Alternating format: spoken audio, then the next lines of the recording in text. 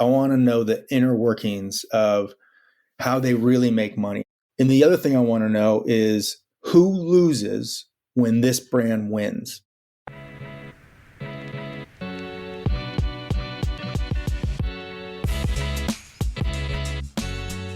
Welcome to Any Insights Yet? The podcast that explores the intersection of strategy, inspiration, and branding. I'm Chris Kocek. Here's a riddle for today. What do you get when you combine an advertising agency with a venture capital firm? The answer? You get Bullish Inc., a unique business model that blends the worlds of capital, consulting, and creation. Bullish got started in 2015 by Michael Duda and Brent Vartan. Since then, they've been an investor advisor firm for a wide variety of successful super brands, including Warby Parker, Harry's, Casper, Peloton, Hue, Care of, Nom Nom, and many, many more. Bullish has also broken down other category walls by helping Bose launch a direct-to-consumer hearing aid and helping TaylorMade relaunch Adams as a direct-to-consumer business. Now, there are two reasons I wanted to share this conversation with you. First, Brent's just an amazing human being. He inspired me when I first got into advertising at BBDO New York in 2007, and I personally just wanted to reconnect with him. Second, I think Brent has fascinating counterintuitive ideas when it comes to branding. What really stood out to me in this interview was our conversation around human desires.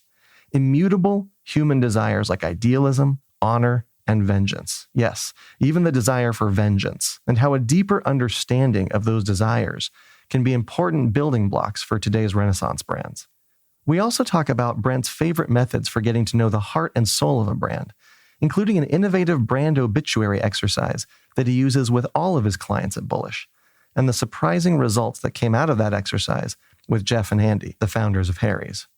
Before we get to all that, though, our conversation begins with the aha moment that inspired Bullish in the first place. Here's Brent. We love advertising. It's one of the most powerful weapons in business. And we wanted to work more closely with people that got us inspired. We thought we could add a lot of value to make things go further faster if we were able to talk more quickly, be more direct, and have a kind of a whole arsenal of tools that we could use that we weren't beholden to always answer it one way or another. So that started Bullish, which is one part venture capital firm where we write checks and one part brand agency where we take a lot of things we've learned from our portfolio companies and import them into bigger businesses trying to start something up. So with such a different business model, like you just described, do you call the people that you're writing checks to, are they clients or do you call them something else? They're our founders. So it's a really weird thing. I went to school at Berkeley and studied literary theory, somehow became a strategist. Now, when I walk in the room, I'm a VC. We are a VC and we write checks, and those are our founders. A lot of people ask us, you're writing minority position checks. How do you, influence them? We get them into a state, we nurture, we nudge, we do those things. So I think in a way, we treat them as client, but more like on equal footing because we are an investor. But we can't make anybody do anything. Even if we did have a 51% control, you can't make anybody do anything. We've had many, many discussions over the years. And again, sometimes things get spicy. And I remember one company telling us, like, why don't you agree with me? Why are you digging in? It's not our job to agree with you. Our job is to give you an opinion you can bank on. You go from there. We invest in your decision-making is really what it is. So it's a different dynamic. So based on your research at Bullish, I've heard you talk about these 16 immutable desires. This is proprietary research that you guys do, right? You've come up with this idea of 16 immutable desires? Not exactly. We stole that from academia, but we use it in an interesting way. Okay. So these are desires like hunger, tranquility, power, family, honor, idealism. Now, from those 16 immutable desires, are there 3 desires you say, well, these 3 desires tend to be really powerful starting points for a lot of the brands in our portfolio? Yeah, it's a great question. The way we use that is we made a study that we ran for 5 years called The Power of Why, and we took the cohorts from diffusion of innovations, innovators, early adopters, early majority, late majority, laggards, and then we would survey a broad base of people. We'd type those people into those things and we ask the desires, and then we'd ask kind of their spending behavior from past years, what they project in the future. And we did it because we wanted desires to be an early warning system for where things are going. We want to see if it was. Every time we've done it, there's three bedrock desires. It is family, it's honor, and it is idealism. Those ones are always the highest, but it's really the outlier desires that are the most interesting. The one I love is vengeance. It's really, really interesting when you see that thing begin to move around. And that's probably not a really fun answer in these kind of very divisive times. But when we started doing work in and around, like, what are the desires that move people, everybody's across those cohorts, everybody's three were the same, but it's their fourth, which was different. And it gave me a whole new look at innovators, because for innovators, vengeance was their fourth desire more than anybody else. Can you unpack vengeance for me? Like, how does a brand like Warby Parker, or maybe Warby Parker doesn't use vengeance, but like how does that work? I think this goes back to just some really good human ways about thinking about building a brand, which is to have an enemy. And I think that is very inspiring for people. Warby Parker, the enemy was Luxada. Harry's, the enemy's Gillette, and the price of those things. That's where I think it's okay to have a little professional vengeance. I think that's a healthy frame to work within, to try and right or wrong from those perspectives, which then becomes a kissing cousin of idealism around those things. So there's Harry's, there's Gillette, and then there's that pesky other one, Dollar Shave Club. I think they wanted to right the wrongs of the Gillette world and say, hey, it's Dollar Shave Club, it's $1. Yeah. How do you find that daylight between yourselves and Dollar Shave Club and Gillette in terms of, finding that positioning that works for Harry's, that makes them, because they've grown quite a bit? I think the difference between Harry's and Dollar Shave Club is the tortoise and the hare. So Jeff and Andy, we do this exercise. I can't remember where we got it from. I think we got it from Zag, from Newmeyer. We have the companies write an obit about why the company is no more. Jeff and Andy are, like, to this day, the people that did that exercise so poorly because they just didn't want to do it. Jeff in particular was like, I'm not doing this exercise. Like, I don't want to ever go away. So they both want to build a big, big company. And you can see now they are doing exactly what they set out to do. They're building a kind of a modern packaged goods company that's trying to think about just being a really agile conglomerate in and around, like, where people want things. Dollar Shave Club was, let's get out fast and let's make something really exciting. And they did a great job. That brand was much louder, much more, I would say, exciting than Harry's was. And it's just the DNA of the founders. One was a trained stand-up comedian and was magnetic. The other two are just like salt of the earth guys that are just going to hammer through and build this thing out. And we're definitely playing a long game. I don't know. They both attempted to and did kind of siphon business off of the Gillette, which is like, 85% at the time market share. But they've done it differently with very different missions and visions. So they both had a very clear source of business and a very clear enemy. And it turns out that they could build a really interesting business on secondary and tertiary benefits, which is very novel. That's a crazy thought if you come into venture, because it's always like product-led growth and it's got to be like 10x better. And you're like, Gillette makes a pretty good razor, but the way they give it to you kind of sucks. Turns out Harry's can make a really nice business building something out that's all just a little bit more human. That's very interesting. In a recent interview, I heard you mention 20th century toxicity and a 21st century renaissance. And that framework really piqued my interest. So first of all, can you elaborate on what that means to you? Yeah. As I've gotten more and more into business, and I've become to understand, and I don't think I'm the first and I'm certainly not the last, but there's a lot of stuff that was built through the Industrial Revolution on a global scale, which is amazing. All kinds of things happened, really after World War II. Tons of discovery, tons of innovation, tons of maybe what can we make versus what should we make. And you see some of that begin to tail off in the 70s. And I think there's a bit of like cracks in the system across society, across economy, across politics, across technology. Like, there's a lot of cracks.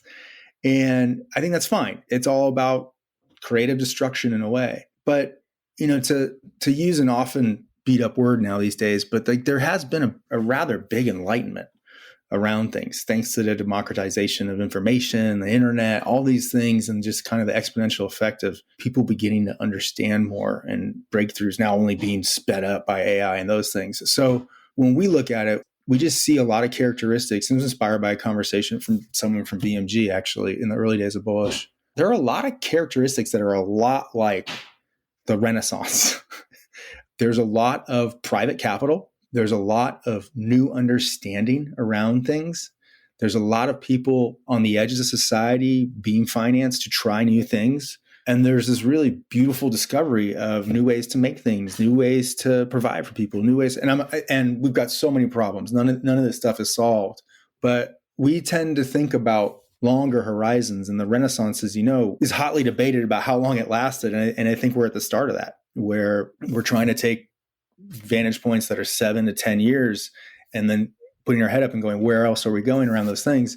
And it's not just Pollyanna optimism. I just think it's just going to keep building on itself as we discover new things and cross learnings from one category to another, to a discipline, to a practice. So we're excited. We're really, really excited. Some people have said that there just aren't really interesting people coming into consumer like there were in the early Warby Parker days. But we have met some incredible founders from all different kinds of backgrounds and circumstances. We're investing in them. It's interesting. Our fund is near best in class in and around female founders, people of color. And the interesting thing is we don't start there, but we're really proud to be ending there. And it's a pretty good portfolio. And I think it just is a kind of a nice piece of evidence that there's all kinds of ideas coming from the edges right now. And it's exciting. Now, I assume that many of the brands in your portfolio are the ones that you look for that are having that 21st century Renaissance approach to their business model and their branding. What are a few of the brands that you say, yeah, these ones gave very clear indicators when we did our due diligence, when we looked into them? These are the ones that have that 21st century Renaissance mentality or approach to business. Yeah. There's a raft of businesses that are still being created today, which we call premium value brands, which are like, what is just a better way to go to market and have a healthier relationship with your customer? And you can put Warby in there and Casper in there and Harry's in the first year in there. You can put Ray in there. You can put a lot of businesses in there, which is, again, premium value brands, which are really quality X at a fair price delivered to you with service on the back end that's genuine. You can get broader and less romantic about that idea of 21st century Renaissance when you look at something like Sunday Lawn in our portfolio. One of the reasons we're so excited about that business was, one, there's just these tectonic shifts in the idea of millennials at the time. One of the things I always like to remind myself and everybody of is, I think the oldest millennials now are like 45. But somehow when people bring them up, they still think of them as very young.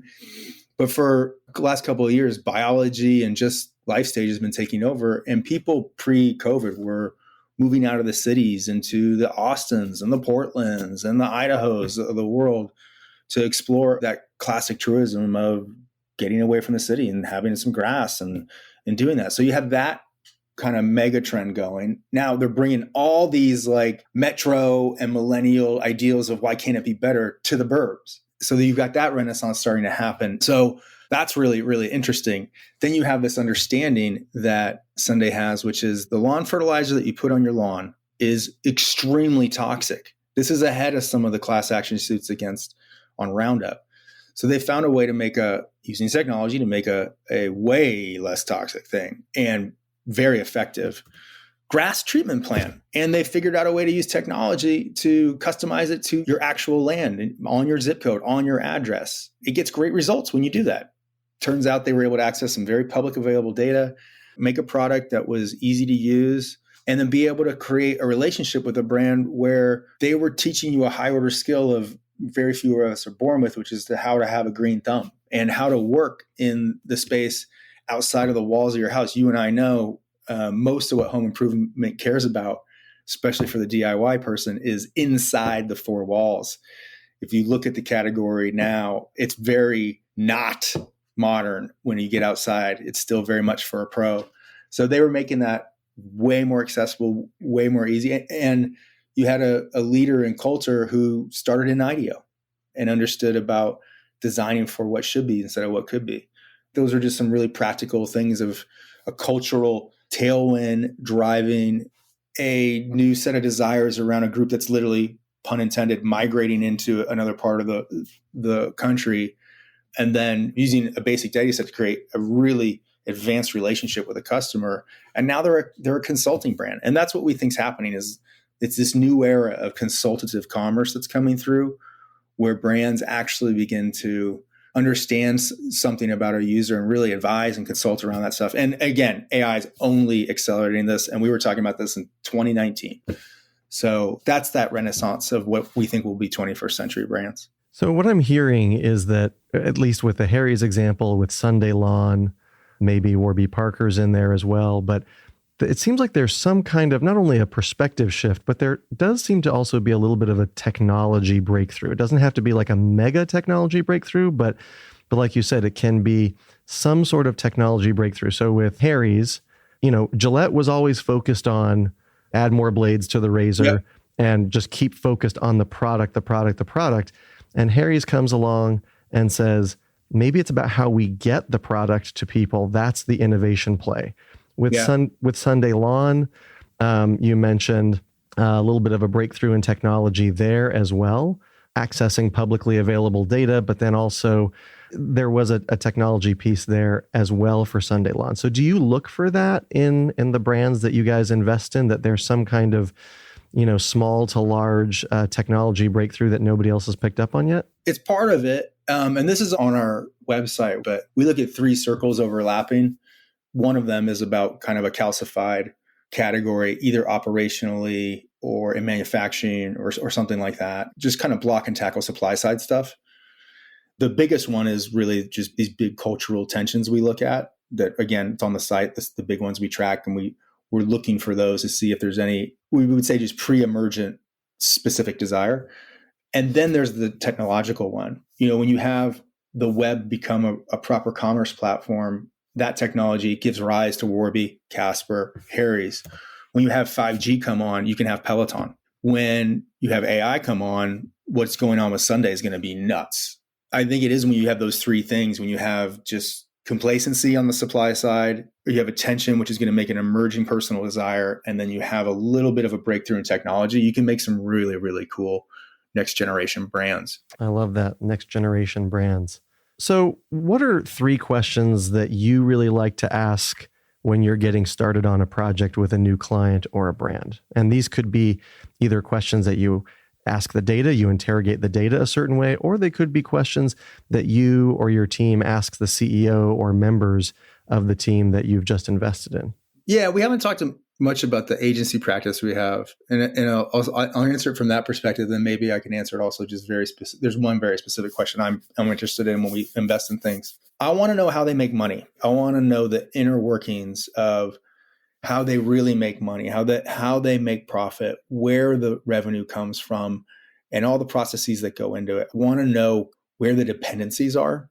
And I want to ask that in polite, probing, respectful ways. But I want to know what runs this business, because money has that funny thing of shaping decisions.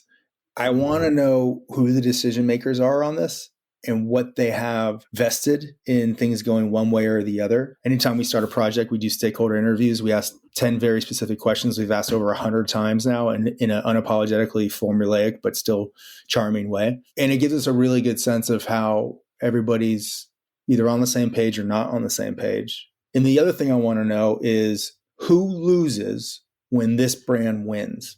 When we're starting to build strategies and we're thinking about what's going on, we want to play chess.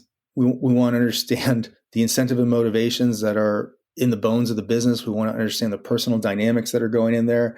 And then we want to understand the external factors that are rooting against this, that will maybe even get aggressive and combative as we begin to get successful. And we want to plot and plan against that. Those are the big ones. And then we just want to get into it and do the work and trust in that consumer and the culture. We want to get in with people, and we want to know what their values are and their core customer base and their next customer base. We want to know what they think, feel, and do. We are big believers in mapping people's journeys and using that as a way to think about the category differently. But that's the stuff that we start our projects with. And we're like, okay, this is what we're going to go do together. And we build that learning together. But the stuff I want to know is that stuff that maybe they don't really want to put in a document. I want to do some classic stuff where we're just doing one-on-one interviews and try and get them to say the thing that they don't normally say so that we have a good handle on it. That's the agency practice. When it comes to investing, when we first start meeting people, we invest so early, Series C, Series A. We've invested in a deck and an idea and a team. We've invested with tiny revenue. We've invested with some revenue. So much of what we talk about in the agency and practice in the investing fund is about the need for remarkability in this world of the attention economy. What I like to ask if I get in front of like a spreadsheet with a financial model is where are they going to overinvest to do something remarkable? And if someone has said like, oh, in the product, in true consumer, I'm not talking about Silicon Valley software consumer, in true consumer goods and services, if you say product, we're usually not going to have much more of a conversation after there because there's a lot of good products out there. We do something called the Remarkability Index where we study the factors that drive breakout brands. We've been doing it for a while. Good product, a little bit better or better than the incumbents, need it. Really good branding, need it. Really good team, need it. After that, those are the levers you pull that actually do something that's sustainably remarkable, enduringly remarkable, that lets you get around the Uncle Zuckerberg tax or the googly boogly tax and actually gets you customers in a way that you can nurture them, have relationships with them, make them want you to send you an email, be interested in the next product you're making, stay for a while, have some lifetime value. We want to know in the beginning, where are they going to do something that drives an experience that's worthy of notice, attention, sharing with another? Is it imperative that they have their data analytics in place, or is that something that you help them with in the first 90 to 180 days? That's a great question. The short answer is no. The slightly longer answer is once they get going, what we want them to understand is they're going to start acquiring customers. And that can go one of two ways. It can go, we're going to chase the lowest cost customer we can get. And in our experience, that's a poison pill because it's really hard to get off of that. Usually when you chase low cost customers, they're kind of fly by night customers. They're opportunistic customers. You start just farming out of that pool, then you have to go to another pool. And that can get you far pretty well. But if you don't start to think about the analytics, if you don't start to think about CRM, you're really missing an opportunity to build a real consumer brand. A lot of ways we look at this is like, what's a consumer business that can become a brand? And when we think about that, it's really, can we get some really good AOV? Can we encourage them to buy more? Not through force, not through tricks, not through crazy behavioral economics, but just also because we're making stuff that they want. Can we think about our next best customer as our current customer? Can we get them to hire us to do another job with another kind of product? Can we get them to come back organically to the tune of plus 40%? And that's the stuff we want to have up and running. And that's the stuff that we want to make sure we're all aligned on. Like, that's the trick. If you can have a good AOV and you can have a good lifetime value, yes, if you can have a good net promoter score, if you score well in what we do in our remarkability index, you're going to have a really, really valuable customer base. And frankly, that's the most powerful thing. That means you have a really strong brand. If you have a rabid customer base that loves you, that wants to talk about you, that's delighted with you, you're in pole position. You have power over retailers to go in and start negotiating terms for when you might come into retail. You can begin to call your shots a little bit about what products they will get and what will remain on your site so that you can still have a relationship with your customers. Now you're starting to have a real omni strategy. And then you start to attract the ire of incumbents that will first ignore you, then dismiss you, then fight you, and then want to be you, and then maybe want to buy you. But a strong customer base that loves you is the most powerful thing in the world. It seems like a lot of brands want to go after lowest cost per acquisition, but I hear you saying that's not where you guys like to start. I mean, of course, you want to keep costs down, but what's more important is that even if the cost is a little bit higher, you're getting somebody who's a rabid fan. Yeah, we are plenty happy if our companies are paying a little bit more, as if customers just are on a shelf. If we're paying a little bit more to get a quality customer that buys more things and talks more often than if we're getting an inexpensive customer that we can never reacquire organically. There's a lot of intermediation still in the world of, quote, DTC. Google and Meta are a big intermediary to people. Retail, still a massive intermediary. The way in which we can get really good people that love what we're doing, we're probably much more willing than most to have a higher cost of acquisition if we are proving out that those are really quality customers that we can get to come back organically and maybe even do some work on our behalf because they are evangelical and advocates. We just have a different relationship with cost of acquisition. Now, you've worked with a lot of brands over your 20 plus years in the business, and I'd love to hear about a couple of your favorite unusual research methodologies, or FIRM for short, whether it's something you guys have done at Bullish or something that you did earlier in your career, like at BBDO New York or at Deutsch or anywhere. What's an example of an unusual research methodology that led to some breakthrough thinking, and then that led to either an awesome innovation, a fantastic new campaign platform, something along those lines?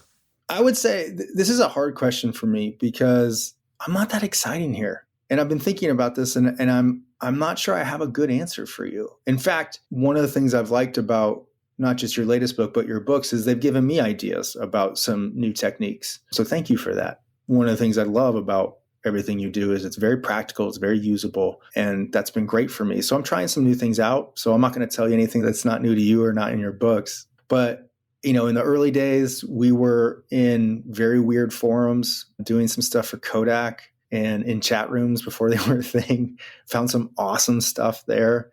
We're pretty old school and we'll always be in this school that it's good to get out from behind your computer and to get into people's lives and walk a mile in their shoes, sometimes right with them. One of the things that I've always been intrigued about, but I've never been able to do is just kind of ambient monitoring of people. Anytime we've done stuff where we've asked them to take a week and log their lives, with consent and all that stuff's always really interesting. But it's a long way of saying I don't have a good answer for you here, Chris, other than I read your books and they're really helpful. Your praise was enough. So consumers lie, right? Yeah. They will lie. They'll put their best foot forward, their aspirational selves or their idealistic selves. Is there anything that you do or the team at Bullish does to get past those intentional or unintentional white lies? It's rare that we do any quantitative work without qualitative either before or after. It's really wild when you think about it. Like, you just got to go have a conversation with a human as a human.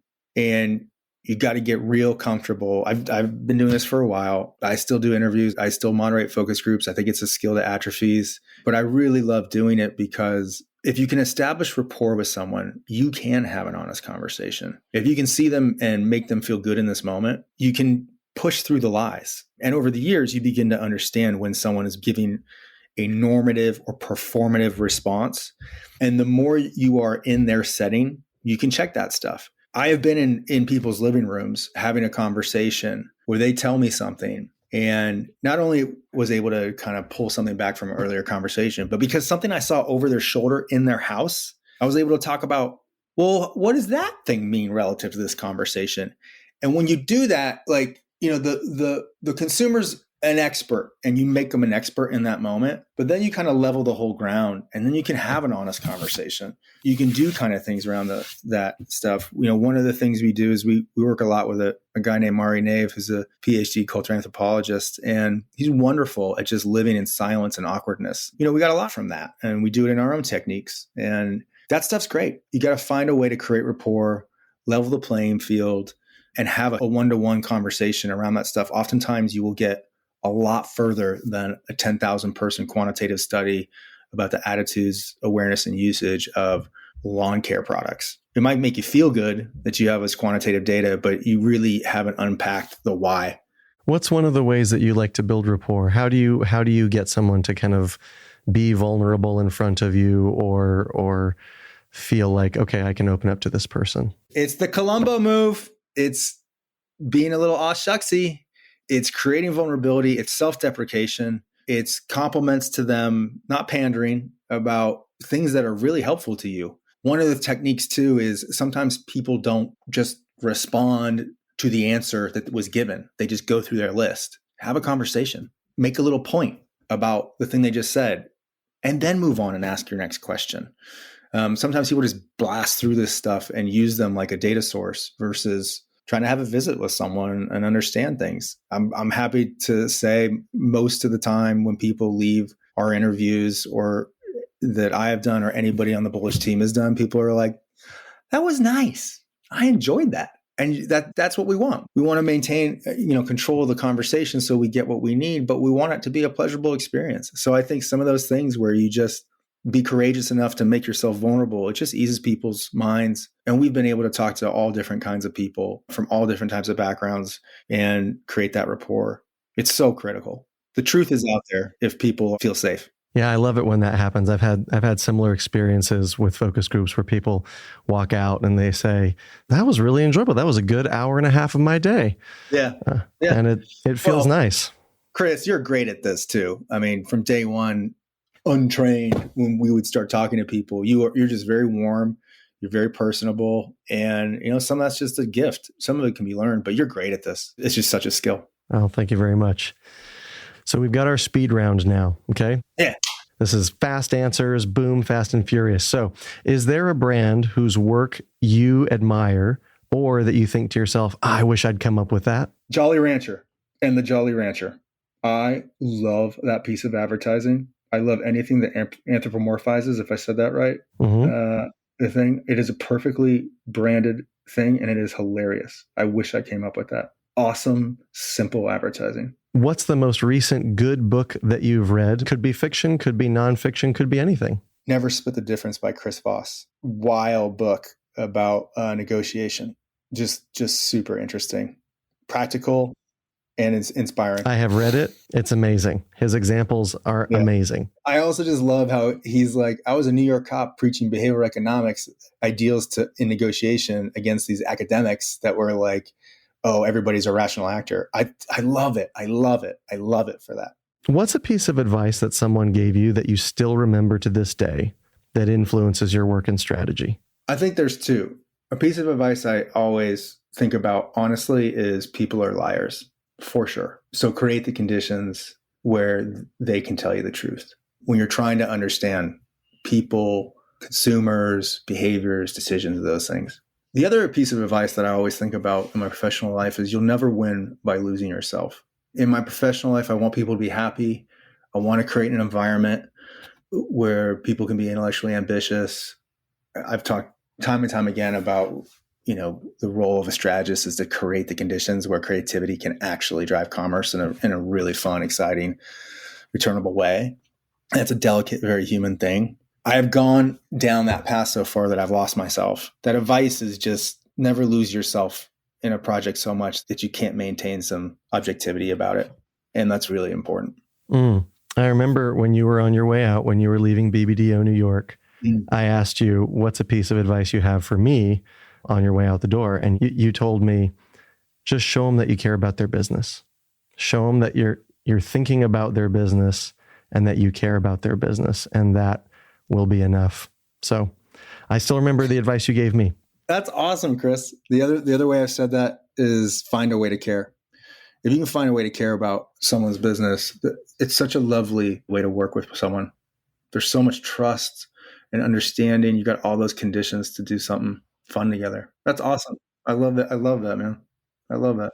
Is there a particular song, last question, is there a particular song on your playlist when you want to get into the zone, when you want to focus? LCD Sound System, North American Scum. I love that song for so many reasons. I love the way it makes me feel. I love what it says. I relate to it on so many levels. That's my jam.